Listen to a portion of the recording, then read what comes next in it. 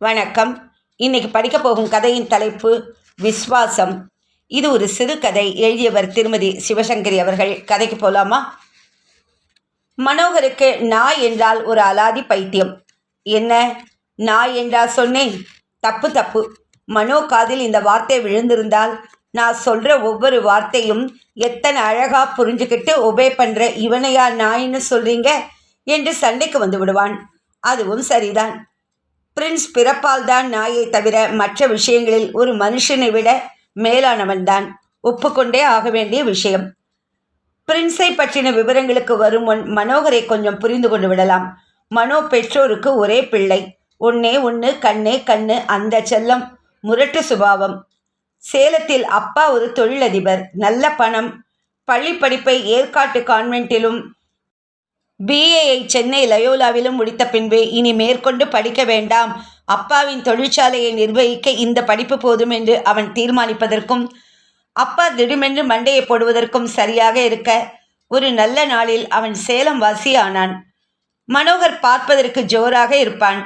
Tennis shuttle விளையாடி mile கணக்கில் மலைச்சரிவுகளில் ஏறி இறங்கி இதமான வெயிலில் காய்ந்து உருவிவிட்ட மாதிரி இருக்கும் தேகம், அடர்த்தியான தலைமுடி, சற்றே மேல் உதட்டில் வழிந்த மீசை, வெள்ளை பற்கள். ஹலோ மனோ என்றால் சட்டென்று இயல்பாக விரியும் சிரிப்பு. இந்த மனோகருக்கு ஏனோ கல்யாணம் என்கிற சமாச்சாரம், குடும்பம், அது இது என்பதில் எல்லாம் ஈடுபாடே இல்லை. நண்பர்களோடு கூட ரொம்ப இழிசல் என்று சொல்ல முடியாது. தேக பயிற்சி செய்வான், தொழிற்சாலைக்கு போவான், நிறைய படிப்பான், பாட்டு கேட்பான், பொழுதை ஓட்டி விடுவான். சினிமாவுக்கு போவதை காட்டிலும் ஜேகே புத்தகத்துடன் உட்கார்ந்திருப்பது அவனுக்கு பிடித்தமான விஷயம். வளவளவென்று பேசும் ரகம் இல்லையே தவிர யாராவது வாயை கிண்டினால் மனசில் உருவாகியிருக்கும் கருத்துக்களை அழுத்தமாக எடுத்துச் சொல்ல தயங்காதவன். What is there in marriage? சும்மா பொழுது போகாதவங்க ஒன்றா சேர்ந்துக்கிட்டு ஆதி நாளில் இப்படி ஒரு ஏற்பாட்டை செய்துட்டாங்க. ஒரு ஆணுக்கும் பெண்ணுக்கும் ஒருத்தர் பிடிச்சு போச்சா? ரைட், சேர்ந்து வாழட்டும். பிடிக்கலையா? பிரிஞ்சிடட்டும். இத்தனை சிம்பிளாக இருக்க வேண்டிய விஷயத்தை போய் காம்ப்ளிகேட் பண்ணி குழப்பி, ஓகே நம்பிக்கை இருக்கிறவங்க கல்யாணம் பண்ணிக்கோங்க, கற்பு தப்பி போகாமல் குடுத்தனம் பண்ணுங்க, வதன்னு வரிசையாக பெற்றுக்குங்க, உங்கள் இஷ்டம், கோ ஹெட், பட் நாட் மீ. எனக்கு இந்த கல்யாணம் குடும்பங்கிற வார்த்தைகளில் கட்டோட நம்பிக்கை இல்லை. I am sorry. அப்படி ஒரேடியாக ஒன்றுமே இல்லைன்னு சொல்லிட்டா எப்படி மனோ? அர்த்தம் இல்லைன்னு வாயால் ஒதுக்கிட்டா ஆச்சா? ஒரு பெண்ணும் ஆணும் சேர்ந்து வாழறது தான் வாழ்க்கையோட குறிக்கோளா? What about children? அவங்களோட எதிர்காலத்தை நினச்சி பார்த்தியா? கல்யாணம் பண்ணிக்காமல் பிறந்த குழந்தைக்கு சமூகத்தில் மதிப்பு ஏது? அப்பா பேர் என்னன்னு கேட்டால் அது என்ன சொல்லும்? அட, பெரிய அப்பா பேர், அது இல்லாமல் ஒருத்தன் வாழவே முடியாதா? குழந்தைக்கு வைக்கிற பேர் மட்டும் போதாதா? கூடவே அப்பன் பேர் எதுக்கு? இது விதண்டாவாதமானோ? நீ சரியாக ஆர்கியூ பண்ண மாட்டேங்கிற. என் பாயிண்ட் உங்களுக்கு புரியலைன்னா அதுக்கு பேர் விதண்டாவாதமா? என் வியூவை நீங்கள் ஒத்துக்கணும்னு நான் சொல்லலையே. உங்களுக்கு பிடிச்ச தினசில் நீங்கள் இருங்க. I will choose my one life, that's all. நண்பர்களிடம் மட்டுமல்லாமல் அம்மாவிடமும் இதையே சொல்லி பிடிவாதமாக ஒண்டிக்கட்டையாக மனோ வாழத் தொடங்கியதில் இப்போது அவனுக்கு வயசு 36. இப்படி பந்த பாசம், குடும்பம், குழந்தைங்கன்னு எதுவும் வேணான்னு என்ன பிடிவாதம் மனோ? அத்தனையும் உதறிட்டு வாழற வயசா இது? சொல்கிறத கேளுப்பா. வேணான்னு தான் தோணும். ஆனால் மனசுக்கு பிடிச்ச ஒருத்தியை கட்டிக்கிட்டா எல்லாம் சரியாயிடும். நம்ம வம்சம் வளர வேணாமா மனோ? இத்தனை சொத்துக்களையும் உனக்கப்புறம் கட்டி ஆள குழந்தைங்க வேணாமா? சொல்கிறத கேளுப்பா. ஜாதி குலம் எதுவும் பார்க்க தேவையில்லை. உனக்கு பிடிச்சா எனக்கும் சரி. அம்மா கெஞ்சி பார்த்து விட்டாள். அழுது பிடிவாதம் பிடித்தும் பார்த்து விட்டாள். ரவ பலன் இல்லை. எதற்கும் வாயை திறந்தவள் இல்லை மனு. மிஞ்சி போனால் எனக்கு இதிலெல்லாம் நாட்டமே இல்லைம்மா, மன்னிச்சிருங்க. இந்த சொத்துக்களை அனுபவிக்க குழந்தைங்க வேணும்னு உங்களுக்கு தோணுச்சுன்னா 2 அநாத பசங்களை தத்து எடுத்துக்கோங்க. நான் உங்களை தடுக்கலை என்று கொஞ்சம் விளையாட்டாக கொஞ்சம் நிஜமாக பேசி அம்மாவின் வாயை அடக்கினான். இப்படி எவர் மேலும் எதன் மேலும் பிடிப்பில்லாமல் விட்டேத்தியாக வாழ்ந்து வரும் மனோகர் பிரின்ஸ் மேல் தன் உயிரையே வைத்து வாழ்வது ஒரு அதிசயமான விஷயம்தானே. பிரின்ஸ், அவனுடைய பிரின்ஸ். 8 வருஷங்களாய் ஒரு கணம் கூட அவனை விட்டு பிரியாமல் நிழல் போல பின்னோடு இருக்கும் பிரின்ஸ். ஊட்டிக்கு 8 வருஷங்களுக்கு முன் ஃப்ளவர் ஷோ பார்க்க போன போது நண்பர் ஒருவர் அன்பளிப்பாக கொடுத்த அல்சேஷன் குட்டிதான் பிரின்ஸ் என்று நாமகரணம் செய்யப்பட்டு மனோகருடன் அப்படி ஒட்டி கொண்டது. பிரின்ஸ் சரியான பெட்டிக்ரி அல்சேஷன். 10 தலைமுறைக்கு தாத்தா பாட்டிகளின் பெயர்களை தெரிந்தது. Kennel club member. செய்வதை திருந்த செய்ய வேண்டும் என்ற சுபாவத்தின் காரணமாய் மட்டுமில்லாமல் இன்னதென்று விவரிக்க தெரியாத ஒரு பிடிப்பு அந்த 45 நாள் குட்டி மேல் விழுந்துவிட பிரின்ஸை வளர்ப்பதில் மனோகர் தன்னை அறியாமலேயே அதிக கவனம் செலுத்தினான். நிறைய புத்தகங்களை படித்தான். விவரம் தெரிந்தவர்களை சந்தித்து சந்தேகங்களை நிவர்த்தி செய்து கொண்டான். ஒரு நாளைக்கு பல மணி நேரங்களை நாய்க்குட்டியுடன் செலவழித்து அதற்கு கிட்ட நின்று உணவு கொடுத்து பயிற்சி அளித்து பாடுபட்டான். கைமேல் பலன். 6 மாதம் பூர்த்தியாவதற்குள் பிரின்ஸ் சிட் என்றால் உட்கார்ந்தான், ரன் என்றால் ஓடினான், டாக் என்றால் லொல் லொல் என்று குறைத்தான், ஷேக் ஹேண்ட் செய்தான். 8ஆம் மாதம் ஒளித்து வைக்கப்பட்ட கர்ச்சீஃப் குச்சிகளை தேடி எடுத்து வந்தான். 10ஆம் மாதம் கெட் மை கார் கீஸ் என்றால் கார் சாவிகளை அதன் இடத்திலிருந்து கொண்டு வந்தான்.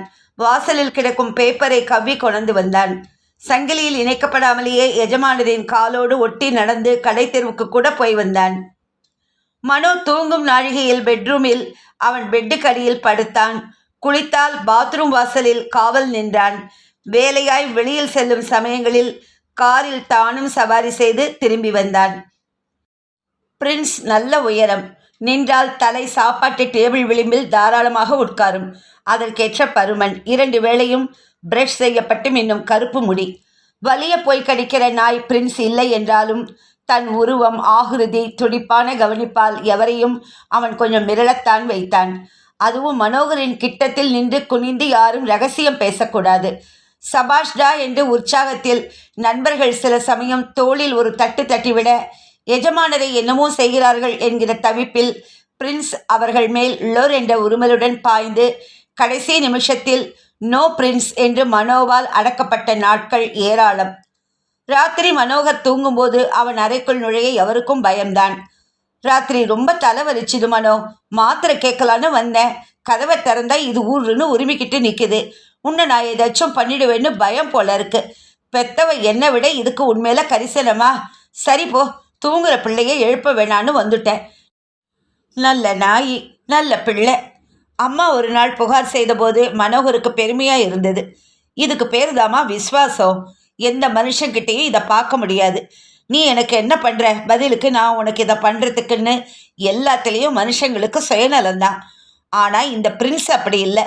நீ அடித்தாலும் உதைச்சாலும் உன் காலடி தான் எனக்கு சொர்க்கம்னு இவன் கிடக்கிறத பாருங்க. நான் தூங்குறச்ச யாராவது ஏதாவது பண்ணிடுவாங்களோன்னு இவன் உஷாராக இருக்கிறதுனால தான் உங்களை கூட உள்ள விட மாட்டேங்கிறான்.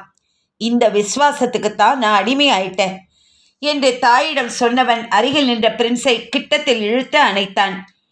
ஏண்டா போக்கிரி, அம்மாவை கூடவா ராத்திரி உள்ளார விட மாட்டேன்னுட்ட என்று செல்லமாய் அதட்டவும் என்னமோ புரிந்த தினசில் பிரின்ஸ் என்று மருகி வாளை வீசி வீசி ஆட்டினான்.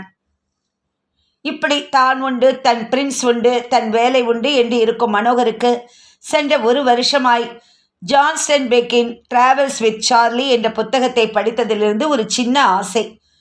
நாயை தன்னோடு அழைத்து கொண்டு ஸ்டென்பெக் ஒரு பயணம் மேற்கொண்ட மாதிரி தானும் பிரின்ஸுடன் போக வேண்டும் என்கிற உந்துதல். நம் நாட்டில் இது சாத்தியமா? ராத்திரி எங்கு தங்குவது, எங்கு சாப்பிடுவது? அமெரிக்கா என்றால் காரின் கூடவே காரவனை இணைத்து இழுத்து சென்று வேண்டிய இடங்களில் தங்கலாம். டின் சாப்பாடுகளை விதவிதமாய் வாங்கி நாய்க்கு போடலாம், கவலை இல்லை. ஆனால் இந்தியாவில் இது நடக்குமா? ஏன் நடக்காமல்? ராத்திரி காரிலேயே படுத்து கொண்டு விடலாம். ஹோட்டல்களில் உபரி பணம் தருகிறேன், காரம் இல்லாமல் கறியை தனி சோறுடன் சமைத்து கொடு என்றால் தரமாட்டார்களா? விடாமல் யோசனை பண்ணினான். அம்மாவுக்கும் நண்பர்களுக்கும் இந்த பயணத்தில் இஷ்டம் இல்லை. ஹாலிடே வேணும்னா தனியாக எங்காவது போயிட்டு வருது. அதை விட்டுட்டு பிரின்ஸை இழுத்துட்டு எங்கே போகிற? வீணா சிரமப்பட போகிற மனோ, சொன்ன கேளு. மனோகர் கேட்கவில்லை, கிளம்பி விட்டான்.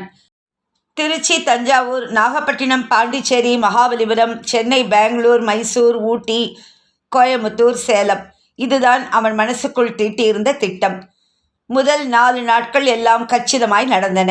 காலையிலும் மாலையிலும் வழியில் தென்பட்ட பால்காரரிடம் 1 லிட்டர் பால் வாங்கி மரத்தடியில் வண்டியை நிறுத்தி ஸ்டவ்வில் காய்ச்சி நெஸ்கஃபே கலந்து தான் குடித்துவிட்டு கையோடு கொண்டிருந்த பிரெட்டு முட்டையோடு மிகுதி பாலை பிரின்ஸுக்கு விட்டான்.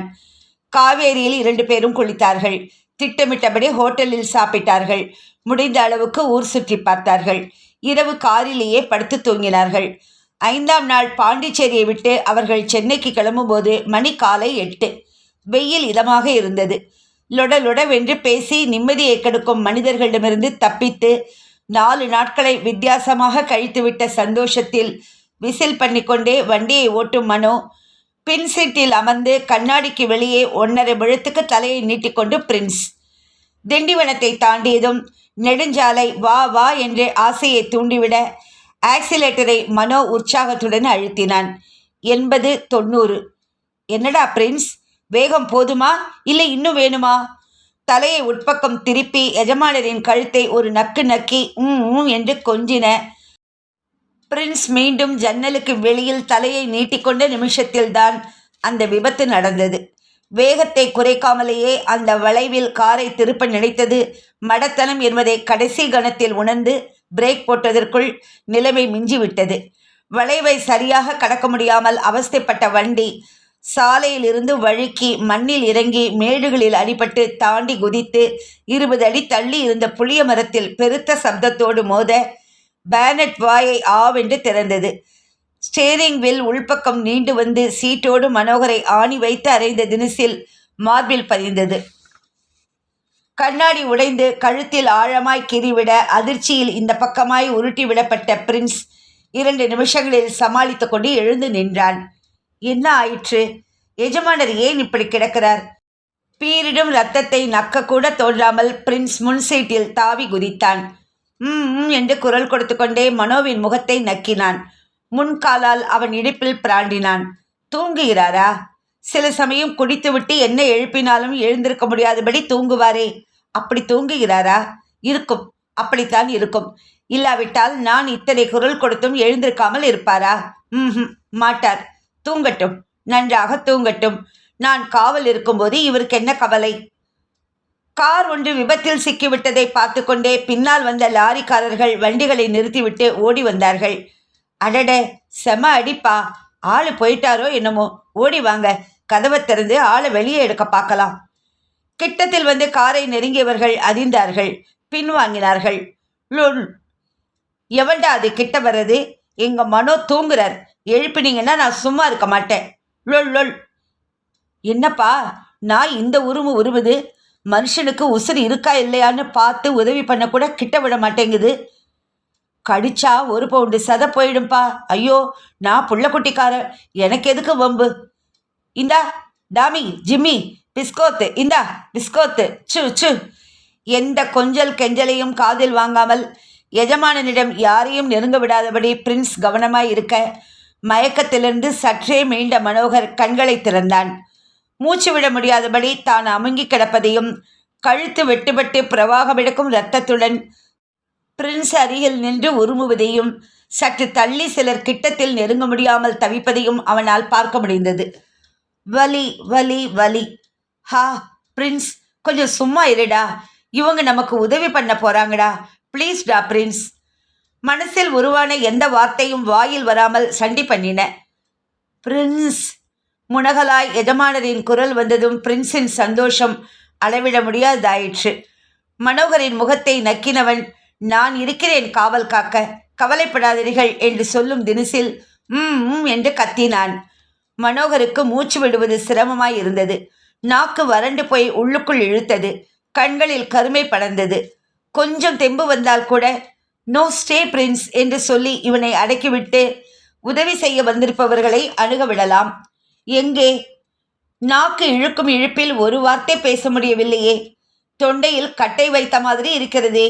ஹா, நான் என்ன செய்வேன்? வலிக்கிறதே. இனி தாக்கு பிடிக்க முடியாது. சாவது நிச்சயம் என்று தோன்ற மனோகர் கண்களை மூடிக்கொண்டான்.